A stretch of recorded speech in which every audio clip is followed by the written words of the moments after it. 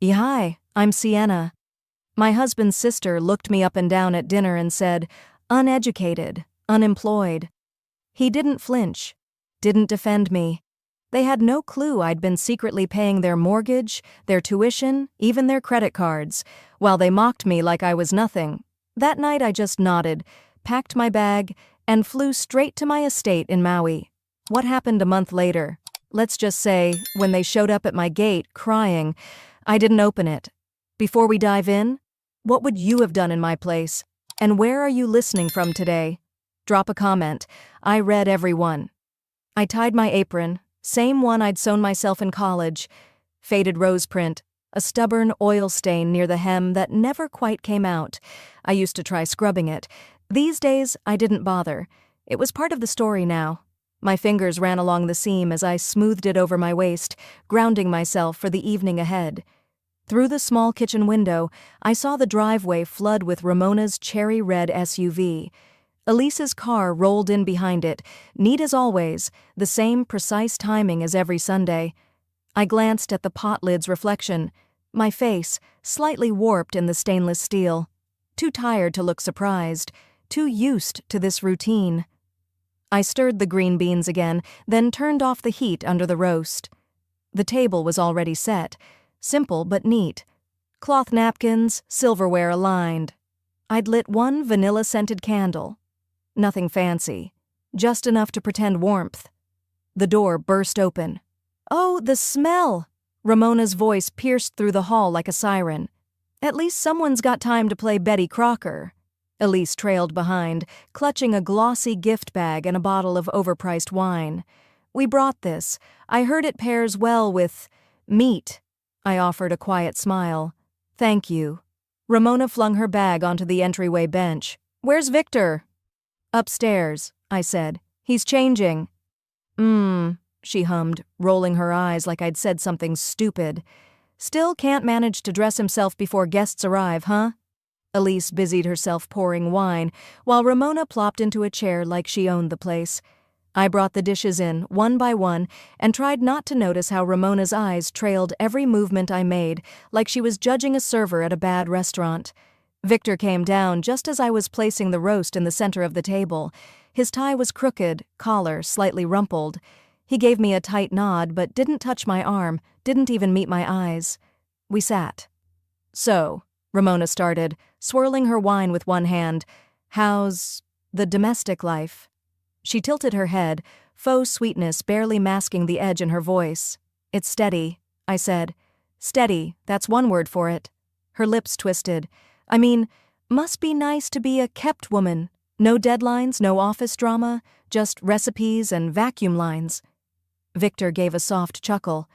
It wasn't loud. It was worse than that. It was compliant. Elise didn't flinch. She just kept sipping, like she'd heard it before, and decided long ago not to get involved. I reached for the salad tongs, but my hand paused midair. I caught myself, smiled again, too polished, too practiced, and kept going. Inside, something shifted. The clink of utensils, the scrape of a chair. Ramona talked over dinner, mostly about her job, her new Pilates instructor, the rising cost of flights. She made a point to mention how she'd never have the patience to just stay home. Then she glanced at me. Victor refilled her glass. My mind slipped. Back to a moment 5 years ago, before all this. Victor had come to me, excited about an idea for a family business. Something small, something craft-based. He needed a little startup cash, I offered. Not just money, time, insight. I'd studied small-scale ventures in grad school, but Ramona had laughed. Thanks, but we're not looking for investors who make pot roasts for a living. They went with Elise's bridge club friend instead. The business folded in a year. No one brought it up again. By dessert, the silence between Victor and me had grown thick enough to cut with a fork. Elise stood, walked to her purse, and handed me the gift bag. This, she said, might be helpful. I opened it slowly. A paperback, bright yellow, Self-Help for Housewives, Rediscovering Purpose After 35. Ramona let out a little puff of laughter. Victor didn't look up. Elise just adjusted her bracelet. I nodded politely. Thank you. My voice didn't crack. That felt like its own small triumph. Later, as I cleared the plates and washed the last dish, the kitchen emptied out. Victor was in the den, scrolling his phone. Ramona was loudly FaceTiming someone in the hallway. Elise had vanished upstairs to check the bathroom. I untied my apron, folded it once, twice. I didn't slam it. I didn't burn it. I didn't cry. I placed it at the center of the dining table, right on top of the gift bag. I turned out the kitchen lights one by one, each switch clicking like a soft exhale. The room, still warm with the scent of roasted garlic and rosemary, now held only silence. A kind of silence that doesn't comfort, but clings. Victor had disappeared upstairs not long after dinner ended, murmuring something about a long day. He hadn't looked me in the eye when he said it. I moved slowly up the stairs, carrying the gift bag Elise had given me, the one with the book.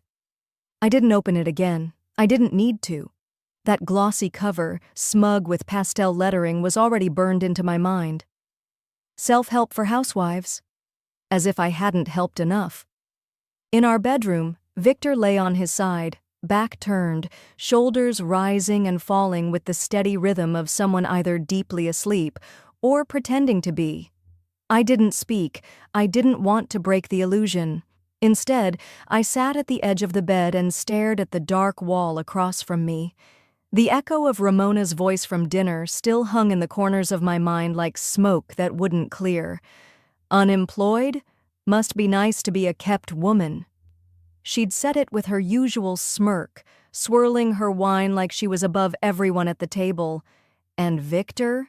He had chuckled, just enough to let it pass, not enough to defend me. My hands were folded in my lap. I didn't feel anger, just a kind of hollow confirmation, like finding out something you suspected all along but had hoped was wrong. I stood and walked quietly into the small room down the hall, the one no one ever asked about. It looked like a guest room from the outside, but the lock I installed last year told a different story. I shut the door behind me and flipped on the soft desk lamp. The room glowed with gentle amber light. Minimalist. Clean. My sanctuary. I sat down at the desk, reached into the bottom drawer, and pulled out my laptop. The familiar chime of it powering up greeted me like an old friend. Within seconds, I was staring at the dashboard of my company, my actual work. The thing no one ever asked me about because they never thought to. $19.8 million valuation, global distribution partnership in final stages, 9 full-time staff, 6 figures donated this quarter. And yet, in that house, at that table, I was just unemployed Sienna. I leaned back in my chair and whispered, not with bitterness but quiet strength. Still uneducated, right? 3 years ago, Elise had called Victor crying. They were about to lose their house, medical bills, job instability, mortgage payments behind. Victor had panicked. He didn't want to ask me, so I wired the funds. I didn't tell him the check had come from my LLC, didn't explain the account name, didn't explain why it was transferred so fast. He just assumed it came from somewhere. Maybe a loan, maybe savings. He never asked. None of them did. They took the money, took the help, took the stability, and forgot the hand that gave it. I clicked open another folder, bills I'd been paying quietly. Elise's insulin, every month. Ramona's cell phone bill, I had that set on auto pay after she forgot for the 5th time. Victor's truck? Paid in full last year after his credit card got declined and he nearly cried in the parking lot. They all thought he had taken care of it. I rubbed my temples. Not because I was tired, but because the absurdity was finally catching up to me. The thing is, I never wanted applause. I wasn't chasing some dramatic reveal or their validation. But tonight made something shift. I realized they didn't just forget, they had chosen not to see me. And Victor? He was the worst of them all, because he had the front row seat, and still looked away. I reached for the top drawer and opened it gently. Inside was a photo, worn at the edges but still vibrant. My father, smiling in the sunlight, one hand shielding his eyes, the other on my shoulder. That day we'd built my first prototype in his garage. He was the only one who believed me when I said I could do it, create something real. "Build quietly, Kale," he used to say. "Make them wonder how." I touched the corner of the photo, then kissed it, like I always did when I needed to hear his voice again. Then I tucked it away and closed the drawer. My phone buzzed. I glanced down. A message from my accountant. "Just confirming. The annual donation will go to the private women's shelter under your anonymous alias again?" I typed a response, steady and certain. "Yes, let it stay anonymous, for now." I set the phone aside, leaned back in my chair, and took one last look at the screen. The truth is, I didn't need them to know who I was, but for the first time in years, I kind of wanted them to. I didn't sleep much after what I'd found in the office. The quiet hum of the house didn't feel comforting anymore. It felt sterile, like a place I had once belonged but had since been gently escorted out of without so much as a noise. Morning light crept in through the kitchen blinds, soft and deceptive. It made everything look normal. I walked in barefoot, still wearing my robe, hair tied back in the same messy knot from the night before. On the marble counter, next to the fruit bowl, sat a cream envelope. Crisp, unopened, with Victor's law firm's seal in the upper left corner. I picked it up without thinking, probably one of those routine updates he never told me about. But my fingers froze the moment I read the label, Trust Amendment. That phrase alone made my stomach tighten. I pulled the tab open and slid the document out. My eyes scanned the headers, legal lines I'd grown too familiar with. Then I saw it. Bolded, centered, cold. Removal of secondary beneficiary, Sienna James. There was no explanation, no attached note, no signature from Victor. Just my name, struck through like it had been a typo. And underneath? Updated secondary beneficiary, Ramona James. Ramona. I leaned against the counter, feeling the weight shift to my knees. No tears, no trembling. Just that creeping sense that you've overstayed in someone else's story. I must have stood there 10 minutes before Victor strolled in, yawning, scratching his head, acting like the world hadn't tilted sideways overnight. He saw the papers in my hand and blinked. "Oh, you saw that?" I didn't answer. I just looked at him, still leaning on the granite like it might hold me up. He grabbed a banana from the bowl like we were just chatting about the weather. "My mom said it made more sense this way. You said before that you didn't want anything when we're older, right? Ramona's looking into grad school. She's got plans now." I said nothing, just nodded once. "Right." That's all I gave him. A single word, but inside me something sharp and quiet had broken off from the rest. I didn't scream, I didn't argue. There's no use arguing with someone who's already rewritten you in pencil so he can erase you easily later. While he poured himself coffee and talked about needing to drop by the firm later, I was watching the man I used to believe would protect me. But he wasn't just failing to protect me now. He was selling me out, piece by piece, in signatures and silences. 2 years ago, when Victor got tangled in a client dispute, it was me who untangled the knots. Quietly, efficiently. I paid the legal fines out of my company's retained earnings and asked for just one thing in return: create a living trust. Something to secure both our futures. He had agreed. Grateful. And now? He'd revised the agreement, without a word, with his mother's suggestion and his sister's name. I rinsed my mug in the sink, dried it, and walked back toward the home office. He didn't ask where I was going. He rarely did anymore. Inside the office, I closed the door gently behind me and sat down at my desk. The light from the screen lit up the room as I opened the folders, files, and legal notes I'd started storing months ago. Just in case. I scrolled through contracts, company minutes, investment agreements. I'd kept them all, dated, clean, and signed. Every cent I had lent Victor. Every transfer I'd made for his mother's insulin, for Ramona's broken phone screen, for their comfort. They never saw the wires, because they never cared where the help came from. I leaned back in my chair and stared at the trust document still in my hand, And suddenly, all the small moments Victor had dismissed me came flooding in like water through a cracked dam. That time I said I was thinking of launching a logistics platform. He'd laughed, said, "That's cute." When I wanted to attend a tech founders retreat, he rolled his eyes. "Waste of money. It's not like you need it." When I hired my first team member, he said, "Just make sure it doesn't interfere with things at home." And yet here he was, rewriting his future while standing on a ladder I built for him, never noticing my hands were the ones holding it steady all this time. I pulled out my phone.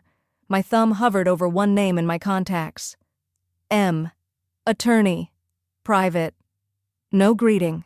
Just the sound of my voice. Low, sure. I need to restructure everything, quietly. There was a pause on the other end, then a soft, "Understood." I ended the call. Back in the kitchen, I heard Victor's voice float up from the living room. He was on a call with his mother. I caught fragments. "Yeah, she saw it this morning. No drama. You were right. Better to do it now." I closed the office door again, this time with a click. That sound, soft, almost silent, was louder in my chest than anything he'd ever shouted, because that was the moment I stopped being their safety net.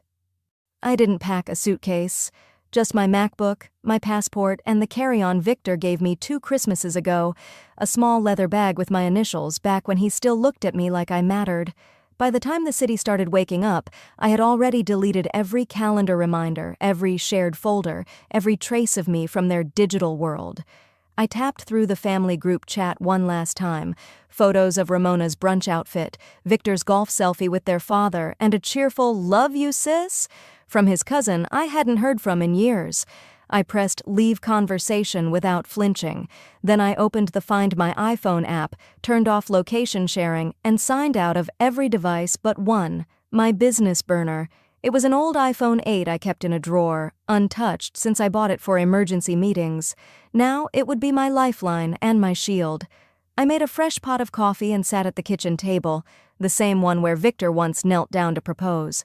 I rested my fingers on the edge, letting them feel the grain of the wood, and whispered, "Never again." Then I dialed the number labeled M, Attorney, Private. He picked up on the second ring. "Ms. James?" "Yes," I said. "Initiate everything we discussed." "You're sure? That includes the freeze on joint accounts. All of it." There was a short pause. "I'll have the retroactive asset protections filed by noon. And the trust disbursements? Hold them, no movement until I review every line." His voice was steady. "Understood. I'll update the backup vault. Anything else?" I hesitated. "One thing. Set up a proxy to monitor any activity under Victor's LLCs. Quietly." "Done." I hung up, then sat there as the sun pushed through the blinds. Light spilled onto the envelope still on the counter, the one that had started all this. Removal of secondary beneficiary, Sienna James. The ink looked fresh, almost smug. I didn't cry. Not last night. Not now. Instead, I walked back into the bedroom, changed into flats and a cotton dress, and pulled my hair back into a low bun. No makeup, no theatrics. Just a woman walking away from a life that no longer deserved her. By 10 a.m., I was in a taxi headed for LaGuardia. No calls, no messages, only the quiet thrum of the city behind me and the low hum of resolve in my chest. The flight to Honolulu had one layover in San Francisco. I spent the layover sipping tea and logging into my secure business portal. The assistant back in Dallas had already uploaded the full list of digital credentials. By the time we landed, I had changed every password tied to my name. When I stepped out of the airport into the soft Hawaiian dusk, the air felt different. Gentler, but weighty, like a promise. A woman with a clipboard waited at the curb holding a small sign. "Ms. James." "Welcome back," she said with a knowing smile. "The estate's ready for you." The drive was quiet. The road twisted along the coast, waves crashing in the distance like a low drum beat.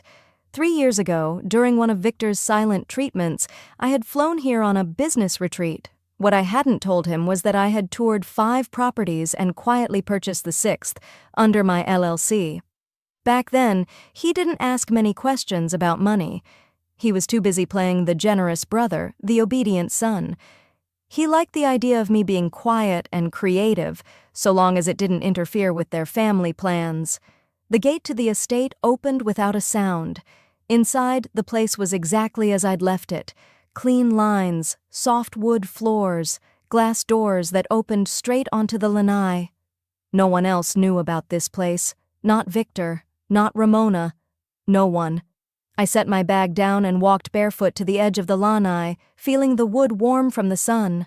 I closed my eyes for a long moment, not in rest, but in readiness.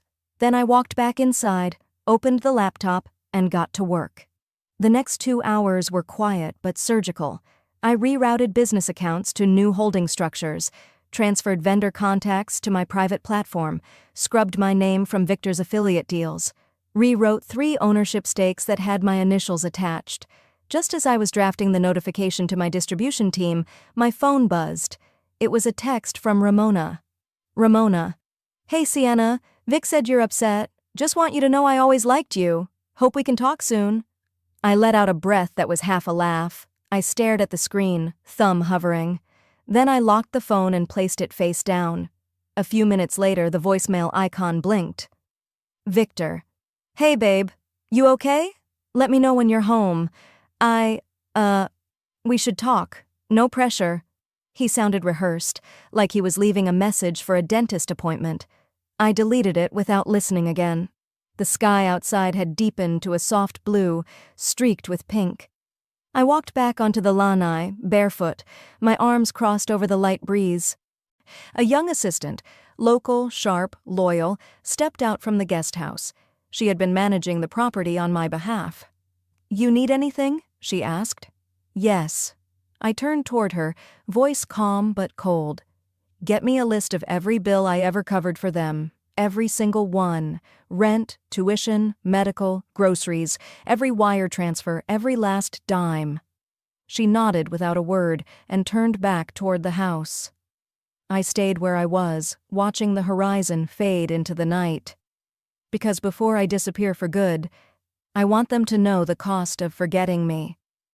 The next morning, I sat by the window of the guest room upstairs, where the ocean air swept in gently, still scented with night rain. The palms outside swayed like they were exhaling everything I couldn't. My tea had gone cold on the sill, untouched. I opened my laptop. 2 days had passed since I arrived in Hawaii. No word from me, no signal to them. I hadn't checked Victor's messages or opened any group threads. I'd become a digital ghost with just enough presence to haunt their conscience, if they had one. By noon, my accountant James joined me via Zoom. He'd worked with me for almost a decade, meticulous, discreet, and the only person I trusted with the full picture of my finances. He adjusted his glasses, looked down and said, Sienna, this is extensive. He shared the screen. A spreadsheet opened. Nothing flashy. No colors, no bold text, just quiet, damning rows of truth. I stared at the first few lines. 2016, Ramona's repossessed car, $8,200, 2017, Victor's father's heart surgery copay, $1,904.70, 2018, utilities for family home, 7 months, $3,876, 2019, Ramona's wedding deposit, venue, $12,000, 2020, joint credit card payoff, Victor's purchases, $6,220, 2021, lawyer retainer for Ramona's divorce, $15,000, and on it went. Line after line, year after year, over $650,000 in quiet generosity, money I'd given with no conditions, no reminders, no strings, just love. Each line came with a memory, a plea, a face, Ramona crying on my doorstep in the snow, mascara smudged, clutching a notice about her car being seized. Please, I can't do this again, Sienna.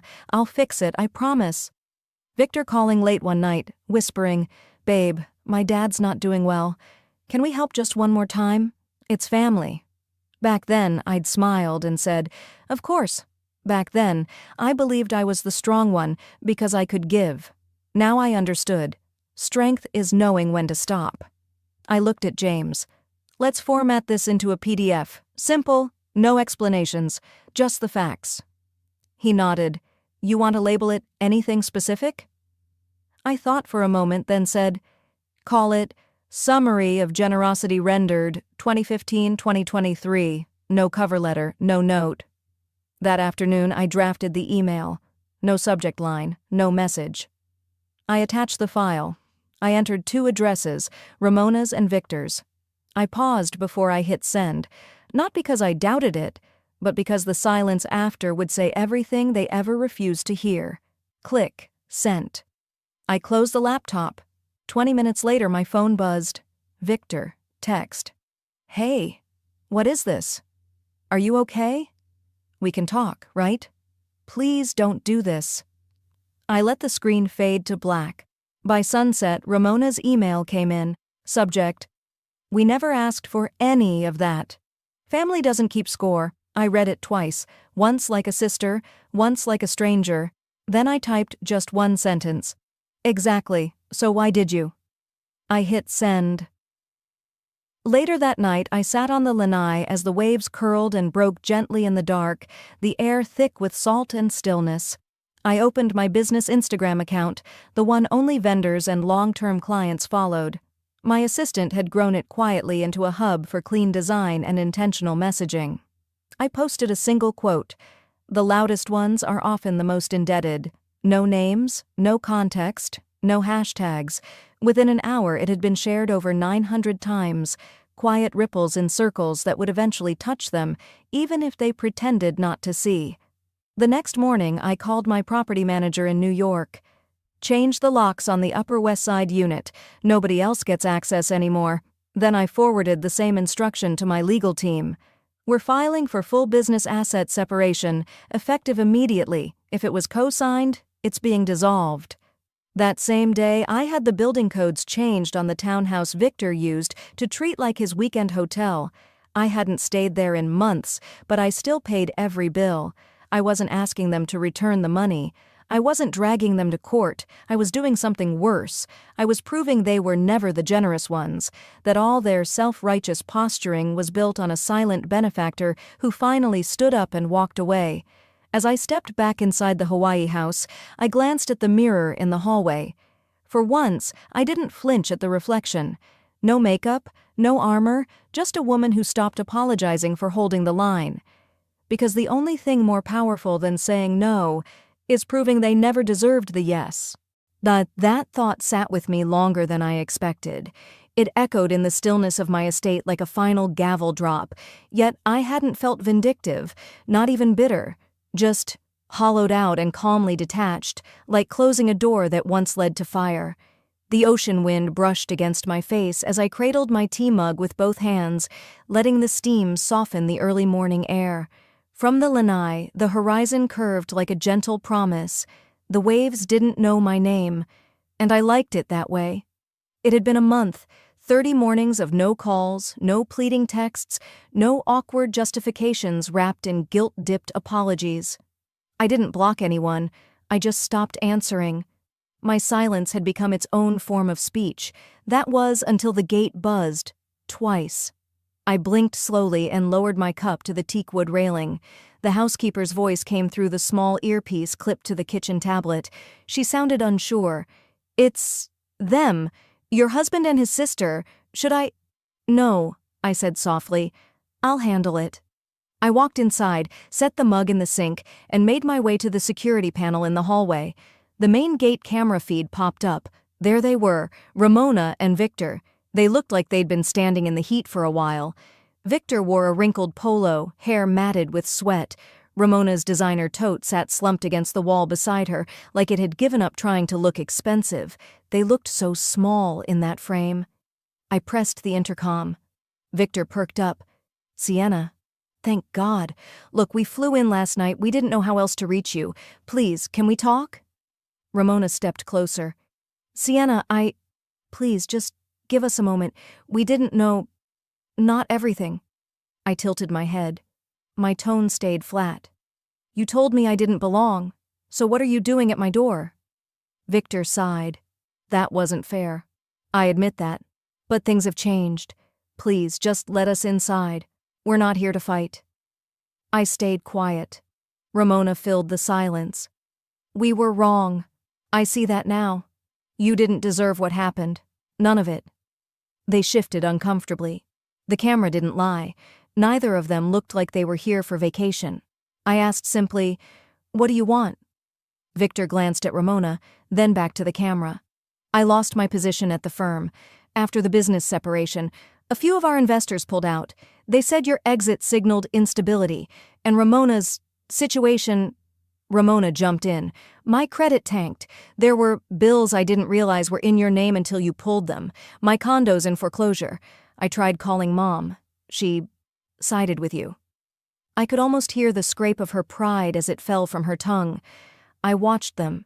Two people who once made me feel like an uninvited guest in my own marriage, now standing on foreign soil, desperate for shelter. I turned from the screen and walked toward the back garden. The gravel crunched softly under my sandals as I moved past the plumeria trees.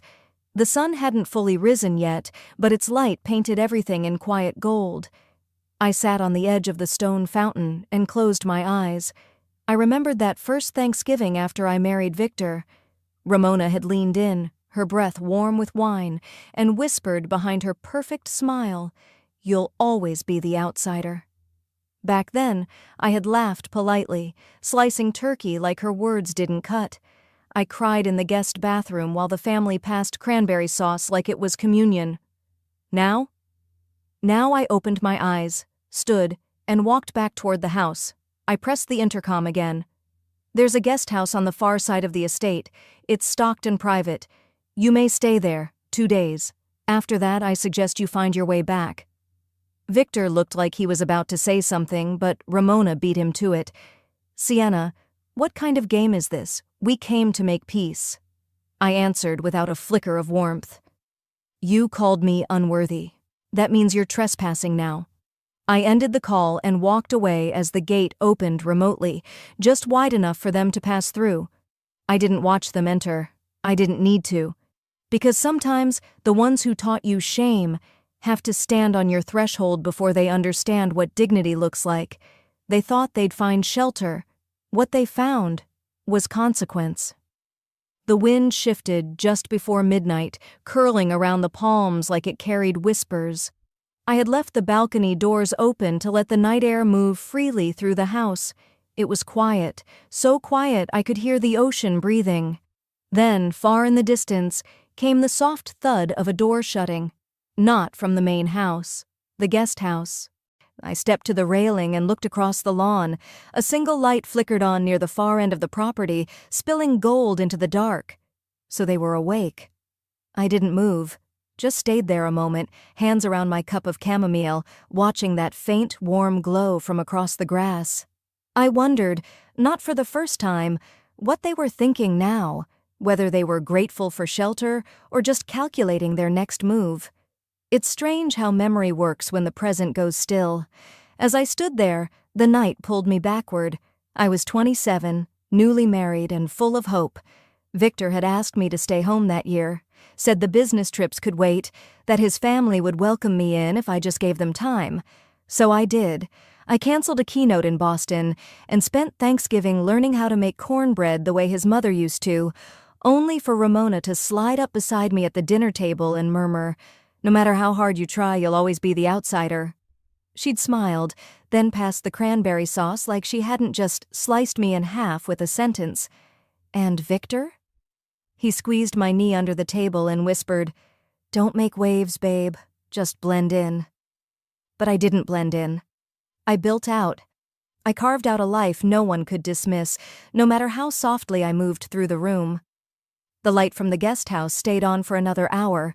Eventually, it dimmed, then vanished. I didn't sleep much. The sun rose slowly, turning the sky the color of old apricots. I was already in the garden, my notebook on the table, steam rising from my coffee. The housekeeper came down the stone path, holding a small folded paper. "They left this," she said, setting it beside my cup, "asked if you'd meet with them." I didn't reach for the note, just said, "Out here's fine, not inside." She gave a quick nod and left. The birds went back to their morning chatter. Half an hour later, I heard them approaching, footsteps slow and unsure. Victor came first, eyes heavy, jaw clenched like it was the only thing holding him together. Ramona followed, hair pulled back, a neutral dress too formal for the island heat. They sat across from me without a word. I didn't offer coffee. Ramona cleared her throat first. I should start. I raised my brows but said nothing. She clasped her hands in front of her. I was the one who started it all. The little digs, the seating arrangements, the birthday invitation that never came. I wanted to see how far you'd go to prove you belonged. Victor stared at her, but said nothing. It wasn't about you, not really, she added, voice tight. It was about preserving the order. I let the silence stretch until it almost buckled. Then I asked, So, I passed your test? Ramona looked away. No, you outran it. That surprised me more than I let on, but I didn't give her the satisfaction of knowing that. Victor spoke next, voice lower. I let her do it. I even encouraged it sometimes, because I was scared. Of what? I asked. That you'd outgrow me. He met my eyes then. You were always so sure of who you were, Sienna. I pretended I was the strong one, but you were the anchor, and I never acknowledged that. Not once. Not publicly. I looked at him a long time. You liked me more when I was silent. He flinched. Yeah, probably. But I was wrong. I didn't blink. I like me better now. Ramona fidgeted. We're not here to ask for handouts. We don't know where else to turn. Everything collapsed so fast. I believed her, which made it worse. I reached into my notebook and pulled out a business card. There's a man I know in San Diego, private equity work. If you're serious about starting over, he might listen. But I'm not writing any checks, and I won't be your safety net again. Victor took the card like it weighed more than it should. You'll have to stand on your own now, I said quietly. No more invisibility. No more pretending I don't exist unless you need something. Ramona opened her mouth, maybe to explain or defend or deflect. I stopped her with a look. You erased me once. That won't happen again. We sat there in the stillness. The sun moved higher, catching the edge of the glass pitcher on the table and throwing shards of light between us. No one said thank you. No one cried. They came for a second chance. What I gave them was a mirror. The soft clink of my teaspoon tapping porcelain was the only sound in the early light. I sat on the back patio, wrapped in a linen robe, watching the ocean stretch out beyond the hibiscus trees. The wind carried in a faint scent of salt and plumeria, and something sharper, a shift. My phone, left face down overnight, vibrated with urgency. When I finally turned it over, the screen lit up like a warning flare. 12 missed calls, 1 from my assistant, 3 from unknown numbers, and 1 headline forwarded by a friend in New York punched me in the chest before I even finished reading it. Ex-senator's son linked to embezzled grants, funds traced to sister's boutique. Victor and Ramona. The article was sharp, clinical.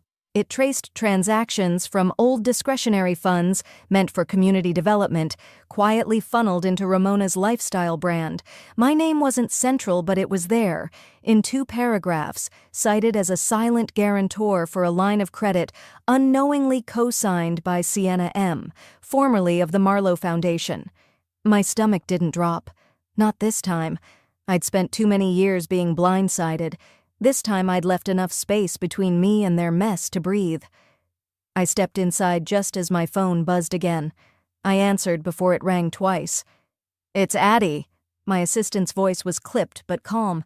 We went through the backdated documents. They used your name without consent on 2 forms, clearly forged, but the bank's already flagged it. You're clean. They're exposed. I pressed a hand to my temple and exhaled slowly. What about the press? It's spreading, Sienna. Quietly but fast. Victor's name is radioactive right now. I didn't say thank you. We both knew she didn't need it. Addie was the kind of person who worked for results, not recognition. Just as I was about to hang up, a knock came at the kitchen door, soft, urgent. It was Anna, my housekeeper, her usually steady expression tight with concern. They're at the gate, she said. They came down the drive. They're kneeling. It took me a moment to register what she meant. Kneeling? I echoed. She nodded. On the gravel, begging to speak with you. A part of me wanted to laugh, bitter, quiet disbelief. They'd spent years telling me I was too proud, too cold, too distant. And now? They were putting on a show of humility. In front of a growing crowd. I took my time.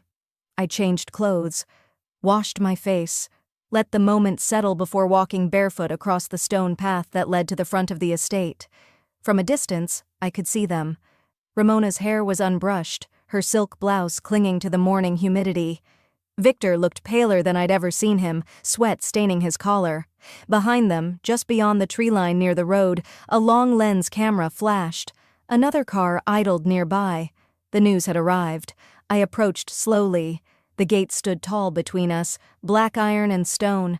It hadn't opened for them. I didn't plan for it to. Ramona saw me first. Her eyes welled up. "Sienna, please, you have to believe me. I didn't know it would go this far," Victor cut in. "This is a misunderstanding.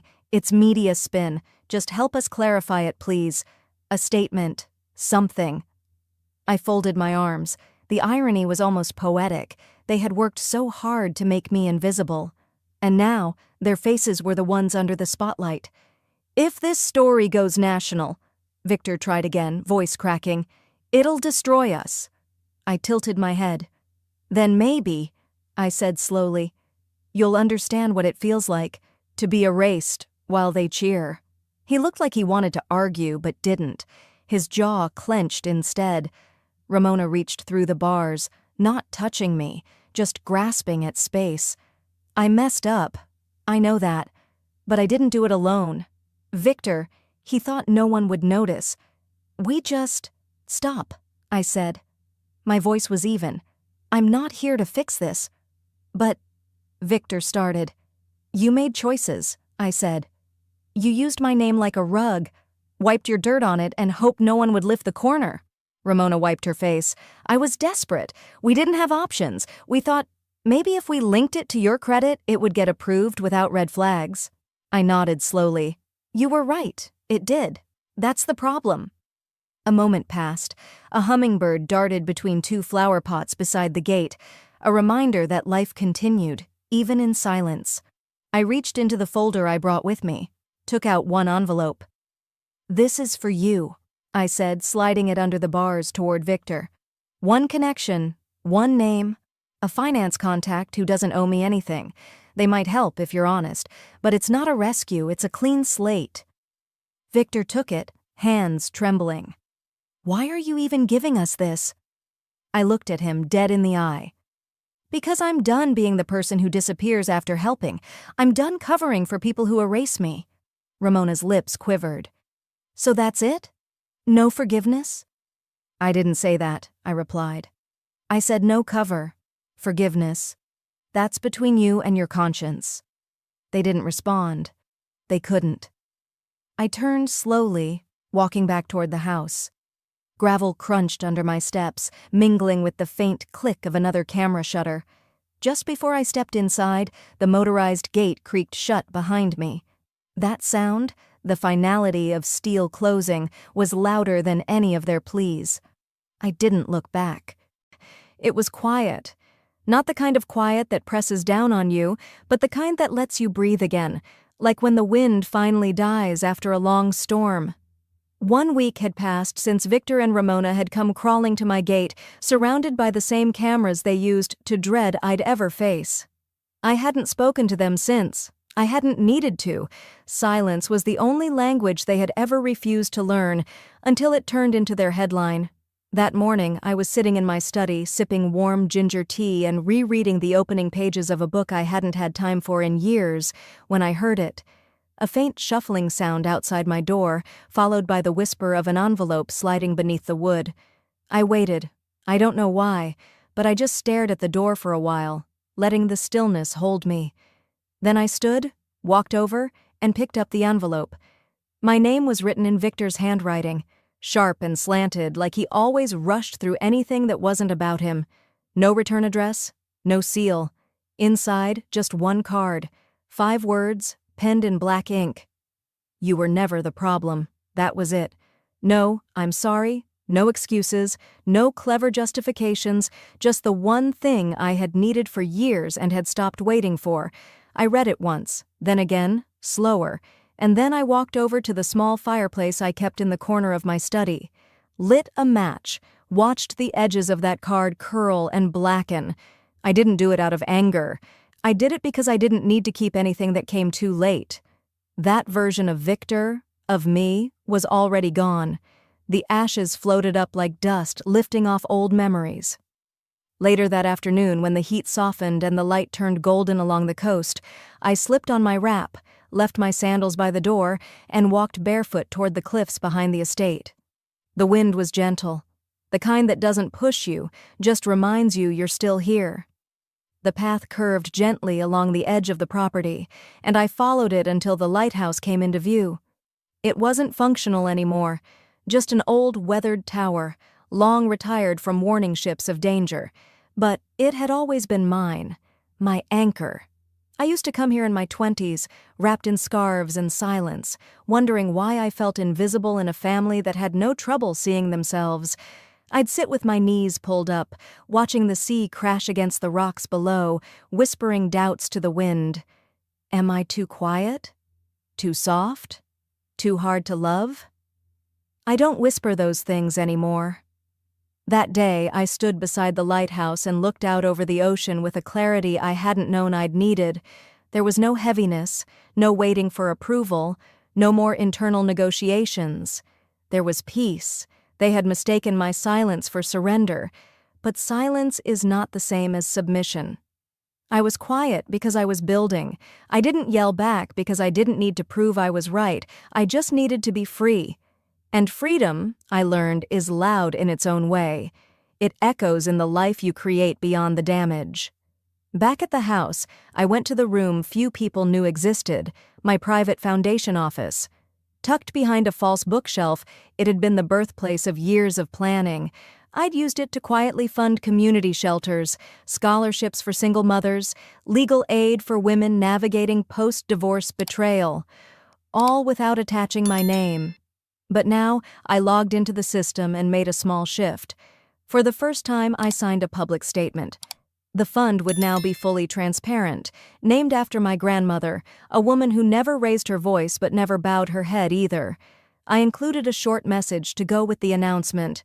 For every woman rebuilding from betrayal, you do not have to disappear to survive. You are not what they threw at you. You are what you stood back up from. I thought about Ramona, about the bitterness in her voice the day she stood at my gate. She was always just waiting to play victim, she'd said once, long before the fall. No, I wasn't waiting for anything. I was learning, healing, and then building something they never even saw coming. I turned off the lights, closed the office, and stepped into the warmth of the hallway. Everything felt complete. Not perfect, just whole. As the sun dipped low behind the hills, casting amber light across the edge of the sea, I sat down one last time on the old stone bench near the garden, and to the woman out there, maybe sitting in her car in the driveway, maybe walking into a courtroom, maybe just surviving the night, I want you to hear this. You don't need their permission to matter. You never did. I didn't build this empire to prove them wrong. I built it to prove I was never broken.